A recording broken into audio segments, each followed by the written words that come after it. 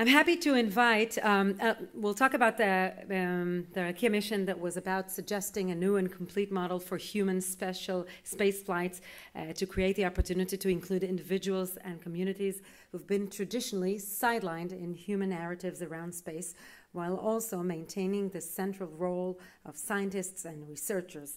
And now we're happy to present to you, for the first time ever, one specific and unique artwork that was created during AX1 time in the ISS.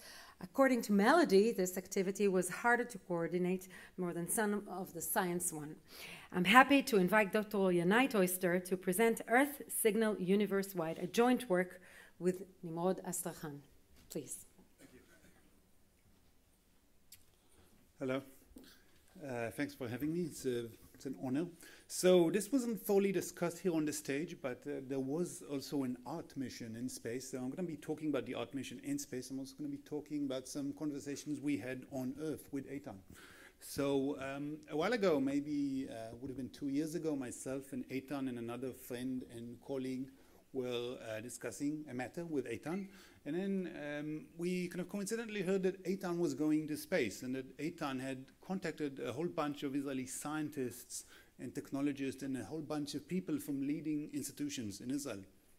And so we said to him, well, you do know that art is a rigorous form of science. And of course, we just said it, but then he said, well, yes, of course, which would have been unexpected from anyone else, but not from you. And it was a pleasure. So we kind of started the conversation going, and then it turned out that a whole bunch of us had kind of been in contact with Eitan, and so it was agreed that there would be an art mission in space. So of course the question in space is, well, how do you make art, right? Because you can't carry anything, you can't take anything up, it's very complicated. And then you can't really make things over there, right? There's no space, there's no facilities. And you can maybe make things which are very small. Now, we wanted to make something which was big and grand, so to speak. So we thought, well, there's a plethora of electromagnetic possibilities up there in space. And so that's the conversation that we started conducting, and this is what I'm going to show you. The solar system, in it, the ISS. Now, how does one actually make an artwork in space without anything to hold or touch? Well, it becomes very easy if one wants to make an artwork which is invisible, which is, again, perhaps the time to acknowledge the fact that the persons here on this stage before me were scientists. They all had amazing imagery, right? Very attractive imagery, very profound, very beautiful. Our imagery isn't. We're visual artists. We don't need amazing imagery. What we're going to show you is conceptual art, right? And so, after kind of a great number of conversations, both with Melody and with Hadas, and of course with Eitan, and a whole bunch of people who found it very peculiar, very difficult to understand, well, what are these guys about, right? So they're artists, and they want to take something from the Dead Sea, which is obviously the lowest or deepest point on the crust of the Earth in the Syro-African Gorge.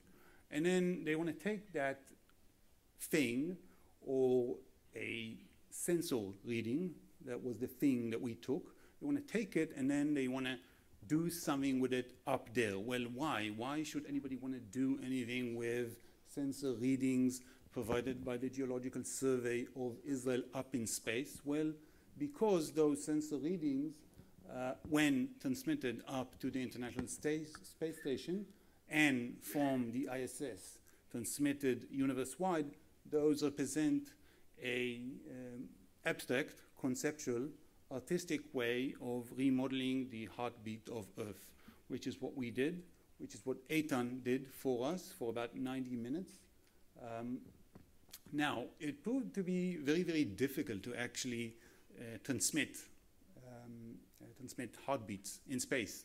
When heartbeats are of such magnitude, and when coordination becomes very, very complicated, and then Melody can confirm that it was very, very complicated, we thought it'd be very easy to relay a sensor reading up to the ISS, and then from the ISS to another satellite, and then harness the entire NASA infrastructure for our service. Obviously, that proved to be a bit more difficult.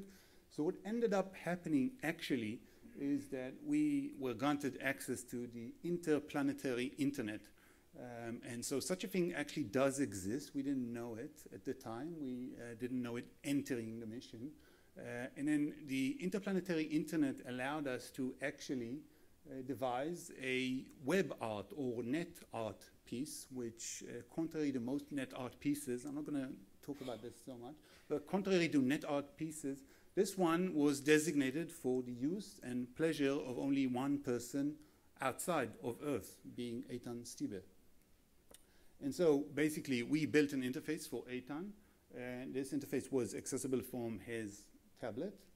And then up there, Eitan with the tablet was able to actually push a button, and then the button activated the transmission. We were, of course, rigged or connected to the sensor on the Dead Sea. And then from then, that moment on, for about 90 minutes, a transmission expanded, transmission from the ISS around Earth and outside the solar system. The transmission expanded. We thought of it, we still think of it, we still describe it as an invisible sculpture, one which nobody ever saw or nobody will ever see. This is as close as we can get to actually seeing or looking or touching it. But it is indeed an artwork. It is a conceptual artwork, and it was a conceptual artwork facilitated with the aid of Eitan. Over there, we have a website, Earth Signal Universe-wide. Bits from the simulation have been projected downstairs, but I urge you to actually log into the website where you can find a whole bunch of other examples and trivia, bits of information about art in space, conceptual art, and art in Israel. Thank you.